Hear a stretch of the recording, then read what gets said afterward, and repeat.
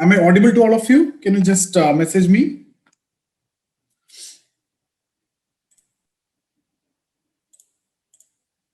Okay.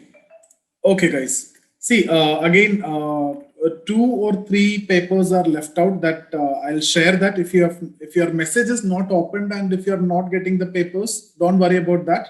I've kept it purposely so that I won't miss it.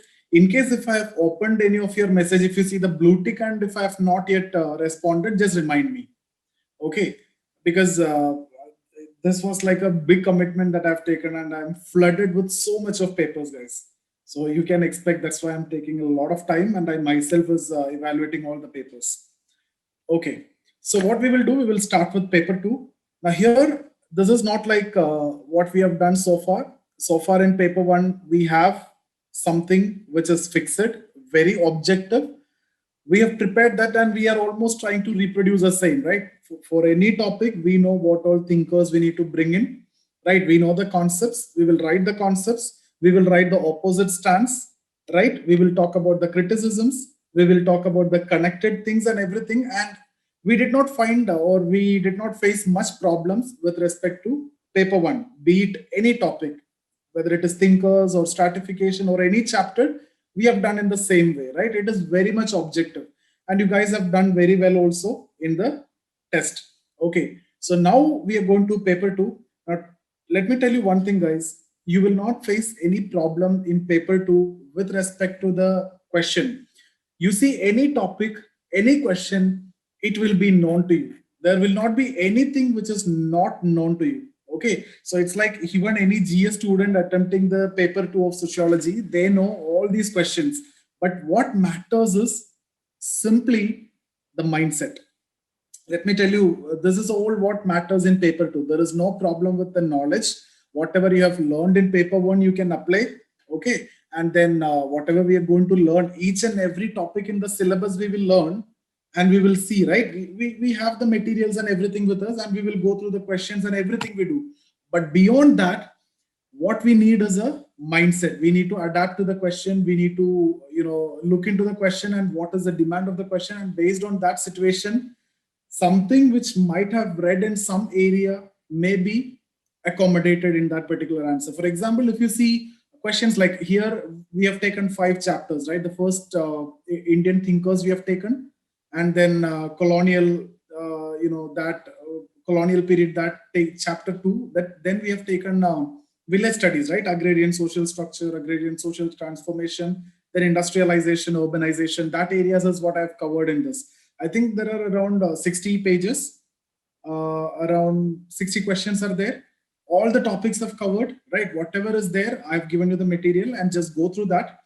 So, guys, is there anything which is not known to you? Something, these socio-religious reform movements, if you see, those you have studied in history, right? But here we will be, when you're writing the answer, you will be more focusing on the consequences of the impact, right? How is it affecting the women? How is it affecting the caste structure?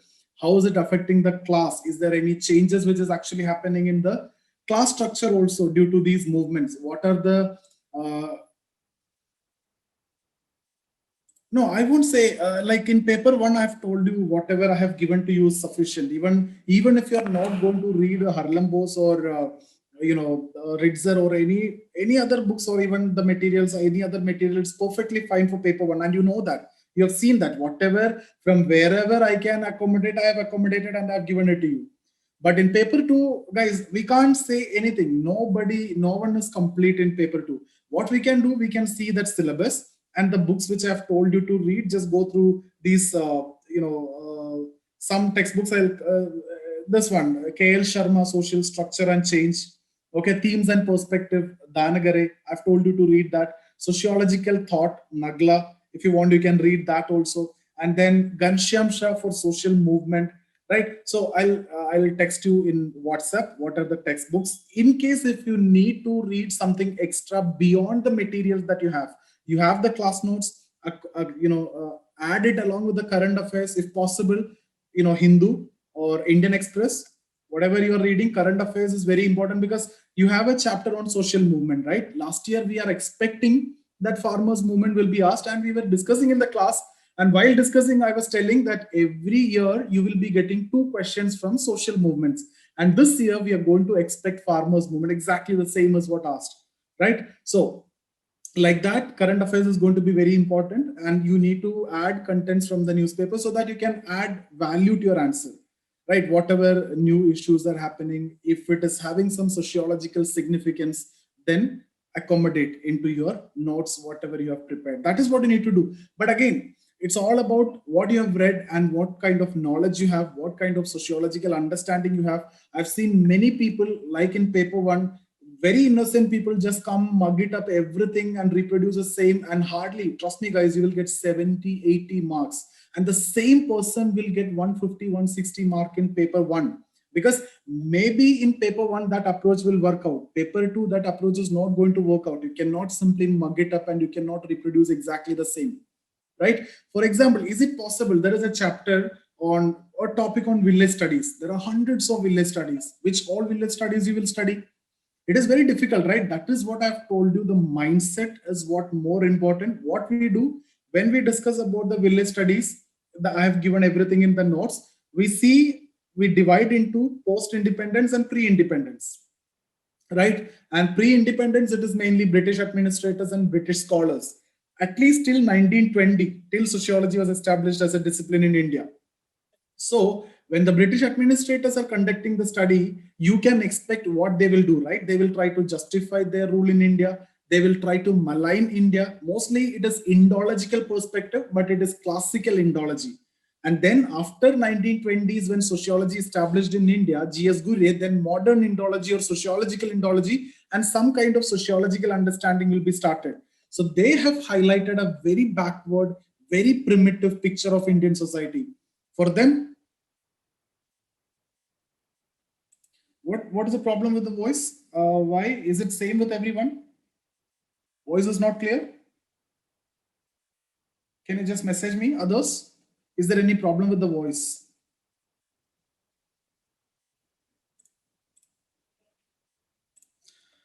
Okay. So guys, if you see the pre-independence period, this is what we need to do, right? If you have this understanding, it doesn't matter. Now, let me tell you, they may ask you S.C. Dubey, they may ask you A.R. Desai, they may ask you Andre Bette, they may ask you Yogendra Singh.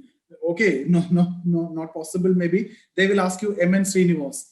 Okay, or whatever village studies they are going to ask, if you know the basic things, then only the perspective will vary, right? Otherwise, almost all the content and understanding will be the same. One thing which you can write in common for all these thinkers, what is that? Can you guys tell me? One thing which you can write something common for all these, whether it is M.N. Srinivas or A.R. Desai or S.C. Dubey or Andre Bette, whatever village studies, R.C. Majumdar or whatever they're asking, what is it common thing which you can write?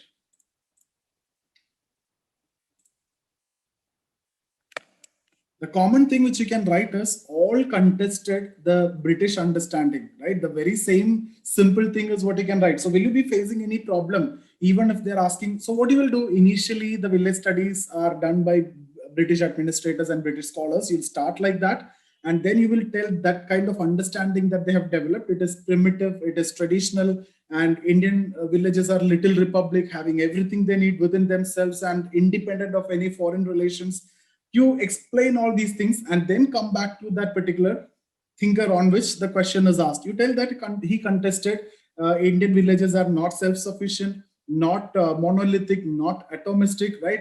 They were interdependent. And at least you know the concept of village exogamy, right? It is actually clan exogamy, village exogamy. That means villages are dependent, at least in terms of marriage. Even there are no evidence to tell that villages are independent, even in economic spheres. Even in economic matters also they are dependent. Social affairs, they are dependent. So this is what contested by almost all sociologists. So this is something which is very common. Okay, and then based on, again, if it is M.N. Srinivas, now let me tell you guys, they will ask you M.N. Srinivas perspective. There also you need to write this dominant caste. You need to write about Sanskritization, his idea about caste and everything. If they are asking M.N. Srinivas in village studies, there also you need to talk about his structural functional approach, structural functional ethnography. What do you mean by that? Structural functional ethnography? Structural functionalism, exactly the same thing that you have seen in Durkheim, Parson, Davies and Moore, etc. Plus, what is the problem in Durkheim? He have taken data from the secondary sources, referring to ethnographies. But what Durkheim was doing, going to the field and collecting it, right? Field view. So that approach, structural functional plus field view, is what structural functional ethnography. That in itself can be a 10 marker. Okay. And then if they're asking you village studies of M.N. Srinivas, again, you write the same thing: structural functional approach, field work, dominant caste, Sanskritization, all these caste, views on caste and everything need to be incorporated in your answer. Okay. But again, the simple idea you understood, right? It is like pre-independence, what was the kind of understanding? Post-independence, what the kind of understanding? Similarly, again, you need to make a, the skeleton, right? Suppose they're asking you questions on consequences on land reforms, land tenure system, green revolution. All these almost are same, right? It's like you need to talk about what happened with the class. Whether it is land reform, there are some class alterations, right? Some got land, some lost land, right? The traditional relations have broken, Jajmani system have gone, right? All these things need to be incorporated. What happened with the caste? The obligatory relations became contractual relations, right? The ritual hierarchy went to secular hierarchy. Secular hierarchy is now more important than the ritual hierarchy. Again, what happened with women? What happened with the aged? What happened with migration? Sex ratio due to migration, what happened? When it comes to land tenure system, money lenders, exploitation, landless laborers, poverty, unemployment, guys, all these are rural unrest, especially in land reforms, and then more after green revolution. Okay, different classes have emerged. All these are very, very common, which you will see, common in all these. So that is the approach that you need to have. Everything is given in the material, but again, based on the question, you need to interconnect everything. That is what I mean by the mindset. You cannot learn too much of things, right? Is it possible for everything you need to learn like 200 250 words for each and every topic? No, they can ask you the topic in any different way, whatever you studied, right? For example, dominant caste you can use in many places, right? When you are getting question on caste, there you will write dominant caste, right? The changes which is actually happening. And then when you get a question on village studies, there also you will write dominant caste. When you get a question on M.N. Srinivas perspective, there also you will talk about dominant caste and Sanskritization, to tell that how field view is different than Indology. In the book view, right? There is a difference between book view and field view. That in itself can be another question. How book view and field view are different. So we talk about G.S. Gurye's understanding on caste and then M.N. Srinivas' understanding on caste. G.S. Gurye, it is a bookish view. There is no such concept of Sanskritization, right? It's not possible. You born in a class, you end caste, you end in a caste. On the other hand, M.N. Srinivas is talking about Sanskritization, right? Brahminization and all these things. Similarly, Brahmins are always superior, according to G.S. Gurye. That is what the book says. But that's not the case. Even other caste also can be superior, dominant caste, provided certain conditions. So guys, see these simple concepts where all you can write. Okay, so that's exactly what we are going to focus on. Now, again, I have given, suppose this is Indology. Okay, this is what your first chapter, Indology, structural functional perspective, Marxist perspective. But as I've told you, I might have incorporated Gurye's view on caste. Something which you need to study in the chapter on caste, but do you want to study that separately, guys? Is that the approach which is required? No, right? They can ask you Gurye's views on caste, actually Indological perspective. Here, if they are not asking, you will be writing it as an example. Gurye is talking about 6 features of caste, right? Attributional approach. That is Gurye's views on tribes. You are not studying that specifically in the chapter on tribes. Don't think that this is a question from tribe. Gurye's views on, that means it is based on Indological perspective. It can be treated as chapter 1 or chapter tribe or chapter on caste. It is all interconnected, guys. Okay, so that is the reason why I have incorporated those questions also in the PDF. You may see Gurye's views on caste. I think caste is ignored, and then I've added tribes. Okay, Gurye considered tribes as backward Hindus, part of continuum. Similarly, structural functional perspective, I have also incorporated these dominant caste Sanskritization concepts in this PDF, Marxist perspective. So all these are connected, okay? Now, do you want me to explain these things? It is not required at this juncture. Gurye, bookish understanding, culturological understanding. Okay, so referring to the books, you will make up a idea. Now, if the question is about Indology, you are not only going to talk about Gurye. I'll briefly tell you the structure. You first talk about initial Indology. That is what classical Indology, the British administrators, British scholars for the purpose of administration and their idea. Okay, their idea. Just give an example from village studies. Okay, that is also an Indological study. The classical studies you can write and give examples. Okay, they considered Indian villages as monolithic, isolated and unchanging entities, atomistic, monolithic, isolated, unchanging entities, right? And they are little republic having everything they need within themselves, independent of any foreign relation. Foreign relation here means between two villages. Okay, guys. So that is what you can write as a one or two example, the way they have conducted studies. And then you talk about modern Indology. That is what Gurye's Indology. But during this time, 1920 to 47, Indology was used along with other theoretical perspective like Marxology, which is a combination of Marxist approach and Indological approach, right? Similarly, along with anthropology also it was used. All those things you need to mention. And then the key elements of this Indology approach. Bookish view, understanding is what matters, not providing solution. Culture-centric understanding or culturological understanding. That's a very important word, guys. You should be writing that. Culture is very important.